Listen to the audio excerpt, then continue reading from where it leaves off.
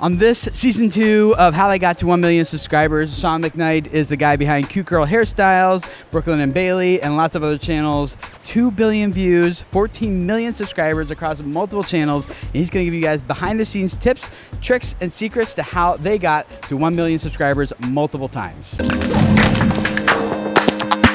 Hey guys, my name is Tim Schmoyer and welcome to Video Creators. We are all about helping you guys grow your YouTube audience so you can spread a message that reaches people and changes their lives. And Shaun, I know you guys are totally about reaching people, changing their lives, positive messages about family and relationships and lots of stuff. Tell us a little bit about the channels that you guys run and how you guys got started on YouTube. Cute Girls Hairstyles was the main channel we started with. It'll be 10 years ago next month, actually. Wow. Didn't know what we were doing when you were talking about the series about, tips and tricks to get to 1 million subscribers. We didn't really know what we were doing. It was so new in the space. But there are things that I've learned along the way as we launched other channels that obviously would like to share with you. But it all started with my wife and our daughters. They had long enough hair to finally start styling, and so she would braid them, and moms would stop in the mall and ask, how did you do that? And not just ask how, they wanted her to actually undo the hair and show them in the mall with a baby on the hip how to braid that. It got a little tedious at times, so it made sense for her to put something online that she could refer people to. So that's how we started our cutegirlshairstyles.com with photo tutorials. YouTube started a few months after that. How did Brooklyn and Bailey get started? They were the models for our hairstyles, and the fans, as you read the comments, they wanted to know more about the kids. They wanted to know their names. We were conservative parents. We were worried about online safety. We didn't want to put that all out there. It was a debate. At one point, we almost quit because of the requests for that was more than we wanted to do. But we eventually felt comfortable with certain aspects of releasing, showing their face for 2 seconds. Who's the oldest? Me. Okay, now for obvious reasons, we're not gonna give names, just for safety.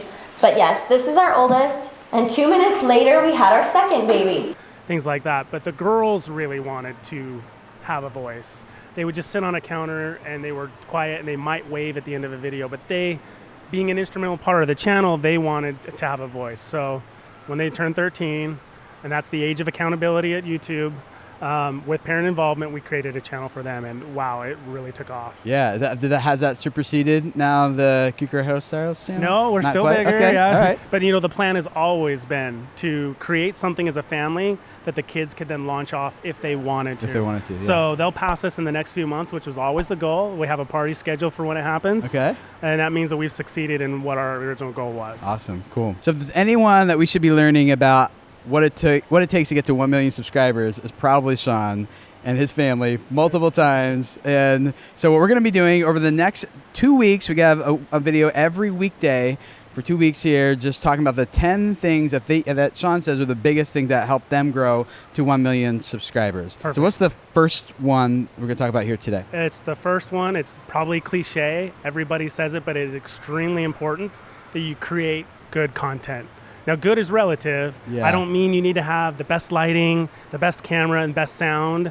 I mean, these phones nowadays come with enough features that you can create a very nice, as long as you're mindful of your lighting, you can have a very in a quiet high quality space, unlike us right now. What I mean by good is that you create content that somebody wants to watch. Yeah. And YouTube is a place for everybody. There is an audience for people who fold paper airplanes. There is an audience for people who, men who like My Little Pony. I mean, there's an audience for everything on there. So it's finding what you love and creating good content that leaves the viewer more enriched than before they got to your channel. So when you guys are making a video and you look at like video A versus video B, you say that video is good, this video is not as good.